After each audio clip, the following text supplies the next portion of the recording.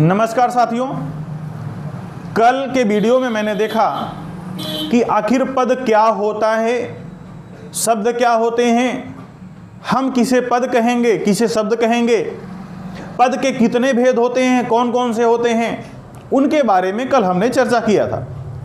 आज हम उन्हीं के भेदों के बारे में, यानी पद के भेदों के बारे में एक एक कर विस्तार से चर्चा करेंगे। तो चलिए देखते हैं, एक बार हम फिर से देख लेते हैं पद और पद के भेद। तो जैसा कि आपने पढ़ा है कि पद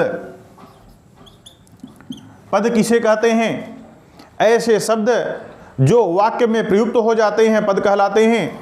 जैसे हमने राम शब्द को लिया था, और राम शब्द स्वतंत्र रूप से हम राम अगर बोलें, इसका मतलब राम एक शब्द है। अगर इसी राम शब्द को हम इस प्रकार बोल दें, राम स्कूल गया, राम स्कूल गया, यानी राम शब्द को हम एक वाक्य में प्रयोग कर ले रहे हैं, राम शब्द को एक वाक्य में प्रयोग कर ले रहे हैं, यही राम शब्द पद बन जाता है। यानी आसान परिभाषा है, अगर राम को हम केवल राम बोलें, स्वतंत्र रूप से राम बोलें, इसका अर्थ राम एक शब्द है। लेकिन अगर इसी राम शब्द को हम वाक्य में रख देते हैं तो राम शब्द पद बन जाता है। और इसी पद के भेद के बारे में कल चर्चा की गई थी। तो पद के भेद आपने देखा, पद के 5 भेद होते हैं। पद के 5 भेद होते हैं। एक है आपका संज्ञा, दूसरा सर्वनाम, सर्वनाम, इसके बाद आपने देखा विशेषण, और फिर आपका क्रिया, और अंत भेद आपका है अव्यय। अव्यय आपने कल इतना देख लिया, और इनके बारे में थोड़ी थोड़ी नॉलेज आपको कल दे दी गई थी कि संज्ञा किसे कहते हैं, सर्वनाम किसे कहते हैं, क्रिया क्या होता है, अव्यय क्या है, विशेषण क्या है, इनके बारे में कल चर्चा कर ली गई थी। लेकिन अब इनके बारे में एक एक कर विस्तार से हम जानने की कोशिश करेंगे। तो एक बार हम पहले सबके बारे में, सबके कितने भेद हैं, इसके बारे में एक बार पुनः चर्चा कर लेते हैं, फिर आपको हम केवल संज्ञा के बारे में बताएंगे। संज्ञा के भेद की बात की जाए तो संज्ञा के अर्थ के आधार पर 5 भेद होते हैं। सर्वनाम के भेदों की बात की जाए तो सर्वनाम के 6 भेद होते हैं, विशेषण के 4 भेद होते हैं, क्रिया के 2 भेद होते हैं, और अव्यय के 4 भेद होते हैं। तो भेद कौन कौन से हैं, क्योंकि संज्ञा किसे कहते हैं इसके बारे में आपने पढ़ लिया कि अगर किसी व्यक्ति, वस्तु, स्थान के नाम का बोध कराने वाला शब्द है तो उसे ही हम संज्ञा कहेंगे। सर्वनाम शब्द संज्ञा शब्द के स्थान पर प्रयोग करने वाले शब्द को हम सर्वनाम शब्द कहेंगे। विशेषण शब्द ऐसे शब्द जो संज्ञा या सर्वनाम की विशेषता बताएगा उसे हम विशेषण कहेंगे। और जिन शब्दों से कार्य का करना या होना पाया जाएगा वहाँ पर क्रिया होगी। और ऐसे शब्द जो अविकारी होते हैं विशेष अव्यय शब्द कहलाते हैं। और सबके भेदों के बारे में हम चर्चा करें तो संज्ञा के 5 भेद होते हैं। संज्ञा के 5 भेदों में आप देखेंगे व्यक्तिवाचक संज्ञा, व्यक्तिवाचक संज्ञा, जातिवाचक संज्ञा, जातिवाचक संज्ञा, भाववाचक संज्ञा, भाववाचक संज्ञा, पदार्थवाचक संज्ञा, पदार्थवाचक संज्ञा, और समूहवाचक संज्ञा, समूहवाचक संज्ञा। संज्ञा के इन भेदों के बारे में आज विस्तार से चर्चा करेंगे। और आप सर्वनाम का भी भेद देख लीजिए। सर्वनाम के 6 भेद होते हैं। 6 भेद होते हैं। एक होता है व्यक्तिवाचक, व्यक्तिवाचक, दूसरा निजवाचक, निजवाचक, तीसरा निश्चयवाचक, निश्चयवाचक, अनिश्चयवाचक, अनिश्चयवाचक, इसके बाद संबंधवाचक, वाचक या बोधक दोनों कह सकते हैं आप, और अंत है प्रश्नवाचक। प्रश्नवाचक। ये सर्वनाम के भेद हो गए। विशेषण के भेदों की बात की जाए तो विशेषण के 4 भेद होते हैं। यहाँ पर चारों भेदों को देख लीजिए। पहला है सार्वनामिक विशेषण, सार्वनामिक विशेषण। दूसरा है गुणवाचक विशेषण, गुणवाचक विशेषण। तीसरा है संख्यावाची विशेषण, संख्यावाची विशेषण। और चौथा है परिमाणबोधक विशेषण या परिमाणवाची, दोनों कह सकते हैं। तो परिमाणबोधक विशेषण, परिमाणबोधक या परिमाणवाची भी कह सकते हैं आप इसे। और क्रिया की विशेषता, क्रिया के भेद की बात की जाए तो क्रिया के 2 भेद होते हैं। एक होता है सकर्मक, एक होता है सकर्मक और दूसरा अकर्मक। क्रिया के 2 भेद होते हैं, सकर्मक क्रिया और अकर्मक क्रिया। अब अव्यय के भेद की बात की जाए तो अव्यय का भेद हम कल चर्चा कर चुके थे भेदों के बारे में। तो अव्यय के भेद में देखें तो पहला क्रिया विशेषण, क्रिया विशेषण अव्यय। दूसरा संबंध बोधक अव्यय, संबंध बोधक अव्यय। तीसरा समुच्चय बोधक अव्यय, समुच्चय बोधक अव्यय। और चौथा है विस्मयादि बोधक अव्यय, विस्मयादि बोधक अव्यय। तो ये अव्यय के 4 भेद हैं। आपको पूरा पद में इन सभी के बारे में पढ़ना है।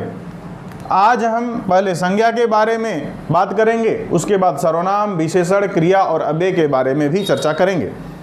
तो संज्ञा क्या होती है, तो सबसे पहले इसको देख लीजिए आप, क्योंकि पद जो है और उनके सभी भेद के बारे में हम पिछले वीडियो में चर्चा कर चुके हैं। तो आज हम संज्ञा के बारे में चर्चा करेंगे।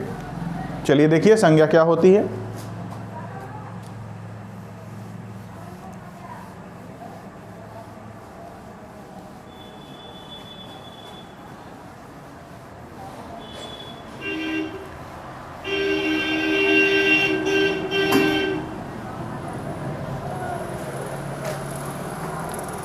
अभी जो भेद आपके सामने लिखे थे मैंने, आप उन भेदों को पढ़ लीजिएगा, क्योंकि भेद भी एग्जाम में पूछा जाता है।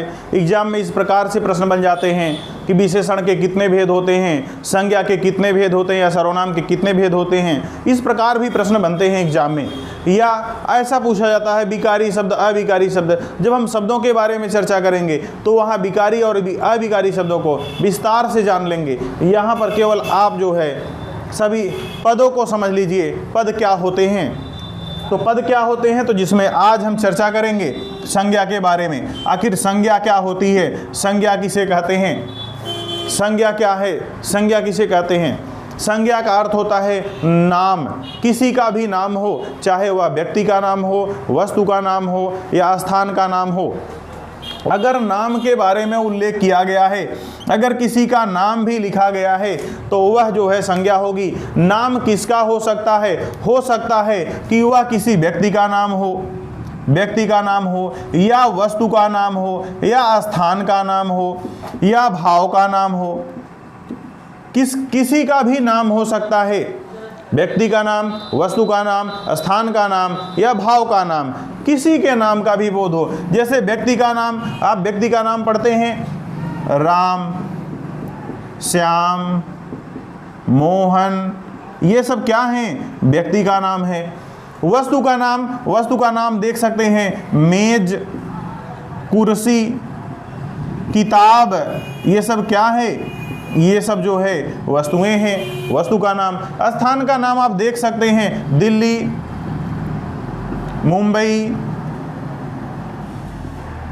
मुंबई, चेन्नई, ये सब क्या है, स्थान का नाम है। और भाव का नाम ईमानदारी, चालाकी। किसी की चालाकी आप देखे हैं क्या कभी? चालाकी को कभी हाथों में पकड़े हैं? नहीं, चालाकी भाव का नाम है, ये पकड़ा नहीं जा सकता है। चालाकी को केवल महसूस किया जा सकता है कि अगला व्यक्ति बहुत चालाक है, बहुत चतुर है।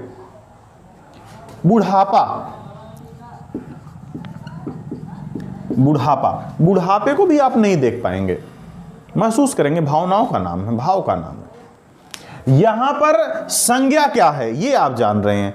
तो संज्ञा व्यक्ति, वस्तु, स्थान या भाव कि नाम का जो बोध कराए वही संज्ञा है। ये सभी शब्द क्या है, नाम का बोध करा रहे हैं। किसके नाम का बोध करा रहे हैं, वो व्यक्ति के नाम का, वस्तु, स्थान या भाव के नाम का बोध करा रहे हैं। तो जब किसी के नाम का बोध हो तो संज्ञा होगा। संज्ञा नाम का बोध कराता। तो नाम के बोध के आधार पर संज्ञा के प्रकार भी हैं, संज्ञा के भेद भी हैं। हमने पिछले अभी आपको बताया है कि संज्ञा के 5 भेद होते हैं अर्थ के आधार पर। उत्पत्ति के आधार पर 3 भेदों की चर्चा की जाती है। सामान्यतः यूपी पुलिस या SSC GD का एग्जाम आप देते हैं तो उसमें आप 5 भेद को ही टिक करके आइए। अगर ऐसा एग्जाम में पूछ ले कि संज्ञा के कितने भेद होते हैं, यह न दिया हो प्रश्न में कि उत्पत्ति के आधार पर या अर्थ के आधार पर, इसलिए हम 5 भेद की ही चर्चा करेंगे। लेकिन आपको हम बताएंगे कि कौन से उत्पत्ति के आधार पर 3 भेद कौन कौन से हैं। तो चलिए देखते हैं संज्ञा के भेद के बारे में। संज्ञा आप समझ चुके हैं, किसी का भी नाम हो तो वह जो है संज्ञा होगा, कोई दिक्कत नहीं है। चलिए आगे बढ़ते हैं।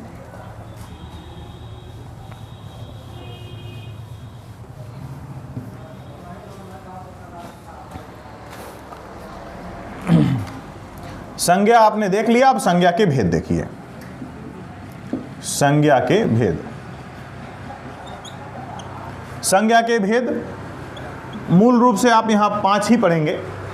उत्पत्ति के आधार पर संज्ञा के 3 भेद होते हैं। कौन कौन से होते हैं, व्यक्तिवाचक संज्ञा,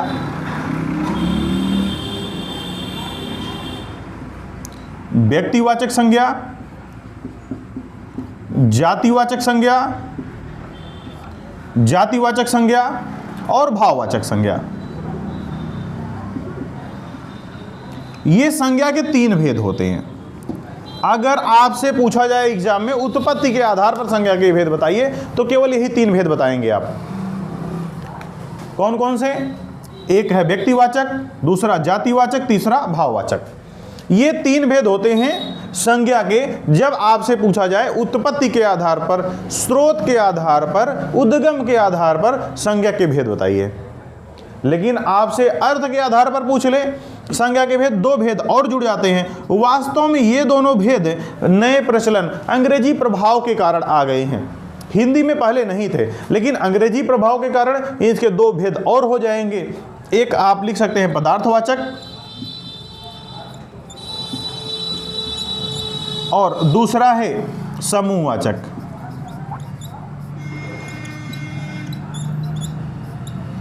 समूहवाचक यानी संज्ञा के 2 भेद और हो गए। अब आपके एग्जाम में अगर पूछा जाए, जैसा मैंने कहा कि एग्जाम अगर SSC GD, UP police constable, जो वनडे एग्जाम ग्रुप D और ग्रुप C लेवल का एग्जाम आप देते हैं, उसमें अगर संज्ञा के भेद के बारे में चर्चा की जाए कि संज्ञा के कितने भेद होते हैं तो आप 5 भेद ही आंसर करके आएंगे।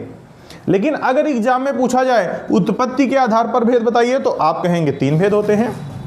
अर्थ के आधार पर भेद बताइए तो आप कहेंगे 5 भेद होते हैं। इन 5 भेदों को आप लिख सकते हैं। तो अब इन भेदों के बारे में चर्चा कर लेते हैं। ये क्या है, कैसे हम पहचान करेंगे कौन सी संज्ञा व्यक्तिवाचक है, कौन सी संज्ञा जातिवाचक है, कैसे पहचान करेंगे किसी संज्ञा के बारे में जातिवाचक है कि व्यक्तिवाचक है। तो चलिए देखते हैं। व्यक्तिवाचक संज्ञा, संज्ञा नाम है किसी का तो व्यक्तिवाचक संज्ञा भी नाम होगा।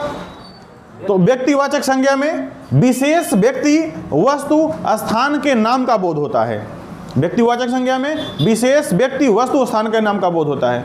एक ऐसा नाम जो विशेष के लिए प्रयोग किया जाए। क्या सभी भवनों को ताजमहल आप कहेंगे? नहीं, ताजमहल तो एक विशेष प्रकार का भवन है। एक विशेष प्रकार का भवन का नाम है ताजमहल, जो कि आगरा में स्थित है। तो आप कह सकते हैं ताजमहल।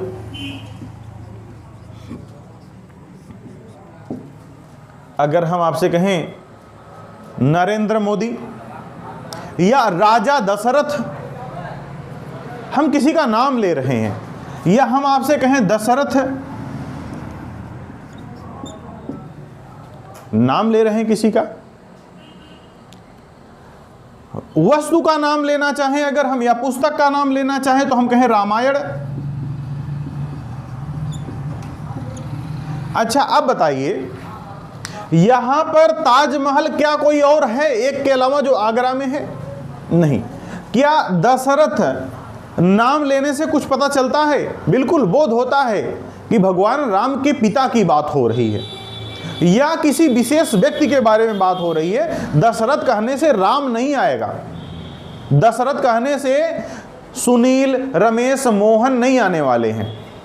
दशरथ कहने से जिस व्यक्ति को आप दशरथ कह रहे हैं उस नाम का व्यक्ति ही आने वाला है, यानी विशेष व्यक्ति के बारे में ही चर्चा हो रही है। रामायण कहने से दूसरी पुस्तकें आप नहीं ले आएंगे। अगर आपको रामायण की आवश्यकता है, यानी किसी विशेष पुस्तक की बात हो रही है। जब किसी विशेष व्यक्ति, विशेष वस्तु या विशेष स्थान का जिक्र हो, वहां पर व्यक्तिवाचक संज्ञा होगा। जैसे हम कहें शहर, शहर तो स्थान का नाम है, किसी व्यक्ति का नाम तो शहर होता नहीं है, शहर स्थान का नाम है, स्थान का नाम है शहर। अब उस स्थान के नाम में विशेष नाम होगा, मुंबई, दिल्ली, तो मुंबई और दिल्ली विशेष शहर है, और विशेष है तो व्यक्तिवाचक है। जो भी विशेष व्यक्ति, विशेष वस्तु या विशेष स्थान होता है वही व्यक्तिवाचक संज्ञा में रखते हैं। अगर इन्हीं विशेष की मूल बातें देख ली जाएं, जैसे मुंबई क्या है? शहर है। मुंबई क्या है? शहर है। दिल्ली क्या है? शहर है। यानी मुंबई को भी आप शहर कर सकते हैं, कह सकते हैं, दिल्ली को भी शहर कह सकते हैं, कलकत्ता को भी शहर कह सकते हैं, चेन्नई को भी शहर कह सकते हैं, वाराणसी, लखनऊ को भी शहर कह सकते हैं, ग्वालियर को भी शहर कह सकते हैं। यानी एक ही शब्द कई स्थानों के लिए प्रयोग किया जा सकता है। यानी मुंबई, दिल्ली, चेन्नई, कोलकाता, लखनऊ, वाराणसी की जाति है, उसकी जाति क्या है? शहर। अगर हम आपसे कहें पुस्तक, रामायण, गीता, गोदान, गवन, ये पुस्तकों के नाम हैं, ये पुस्तकों के नाम है। महाभारत क्या पुस्तक का नाम है? अगर पुस्तक के नाम लिए जाएं तो व्यक्तिवाचक, अगर नाम ना लेकर केवल पुस्तक कह दिया जाए तो जातिवाचक। क्योंकि पुस्तकों में जैसे रामायण, महाभारत, जितनी भी पुस्तकें आप देख रहे हैं उन सबको आप पुस्तक कह सकते हैं, लेकिन रामायण को महाभारत नहीं कह सकते। अर्थात रामायण विशेष पुस्तक है और उस पुस्तक की जाति क्या है, या इस रामायण की जाति क्या है? पुस्तक है। तो रामायण क्या हो गया? व्यक्तिवाचक, और पुस्तक क्या हो गया? जातिवाचक। क्योंकि रामायण को भी पुस्तक कह सकते हैं, महाभारत को भी पुस्तक कह सकते हैं, गीता को पुस्तक कह सकते हैं, कुरान को पुस्तक कह सकते हैं, यानी सभी पुस्तकें हैं, सभी पुस्तकें हैं। अब पुस्तक के साथ स्थान का नाम आपने देख लिया। अगर हम आपसे कहें लड़का, लड़का, क्या केवल राम ही लड़का है, श्याम लड़का नहीं है? नहीं, राम को भी लड़का कहें, श्याम को भी लड़का कहें, मोहन को भी लड़का कहें। यानी लड़का शब्द कई लोगों के लिए प्रयोग किया जा रहा है, लड़का शब्द का प्रयोग कई लोगों के लिए किया जा रहा है। यानी लड़का राम, श्याम, मोहन सबको कहा जा रहा है।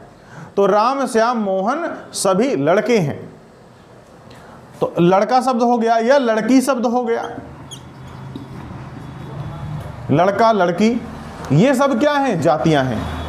अगर भाववाचक संज्ञा की बात की जाए, पहले इन दोनों की डिफिनेशन आप फिर से समझ लीजिए, कहीं कोई डाउट न रह जाए।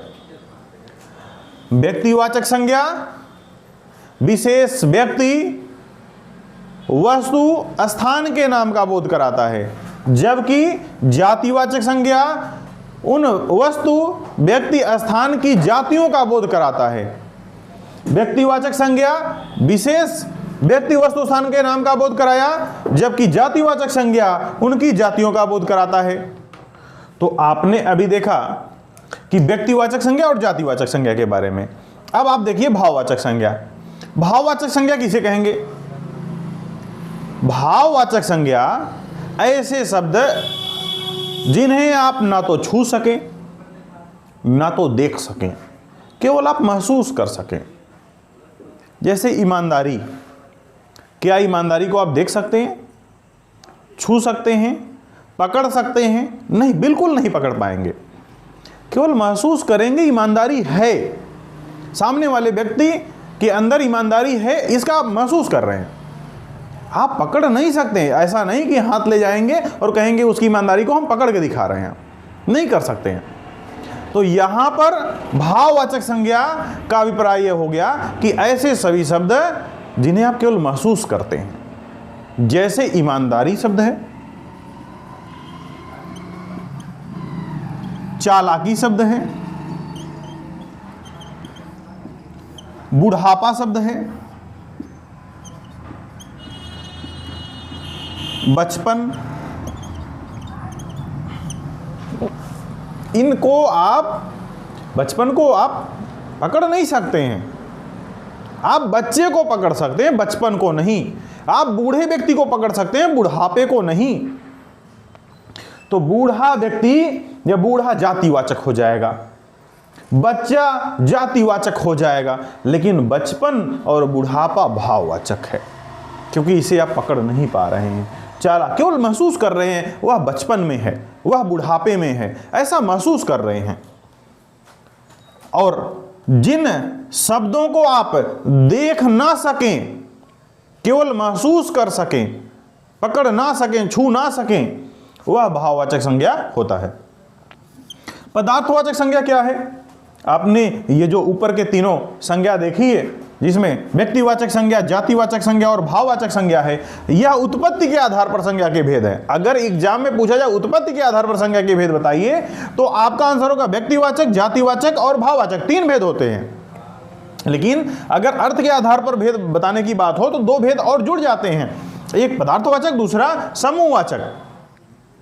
तो पदार्थवाचक संज्ञा क्या है?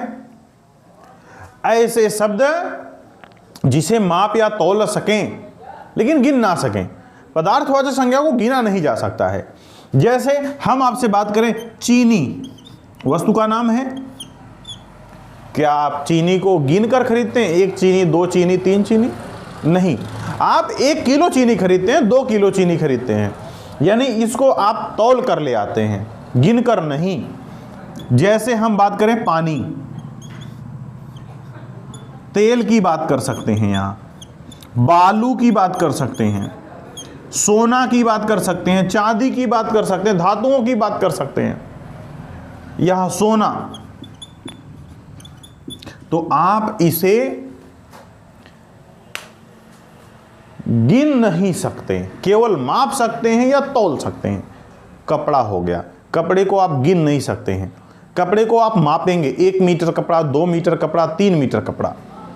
कपड़े से बनी वस्तुओं को गिन सकते हैं, सोने के बनी वस्तुओं को गिन सकते हैं, लेकिन सोने को नहीं गिन सकते हैं, कपड़े को नहीं गिन सकते हैं, बनी वस्तुओं को गिन सकते हैं। जब भी आप गिनेंगे तो वस्तु गिनेंगे।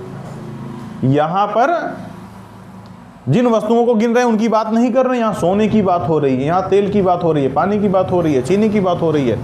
इन सभी वस्तुओं को आप गिन नहीं सकते हैं, केवल माप या तौल सकते हैं। ये पदार्थवाचक संज्ञा हो जाएगा। समूहवाचक संज्ञा की बात की जाए, ऐसे सभी शब्द जिनसे समूह का बोध हो, ऐसे सभी शब्द जिनसे समूह का बोध हो। समूह का बोध, जैसे हम आपसे कहें शब्द सेना,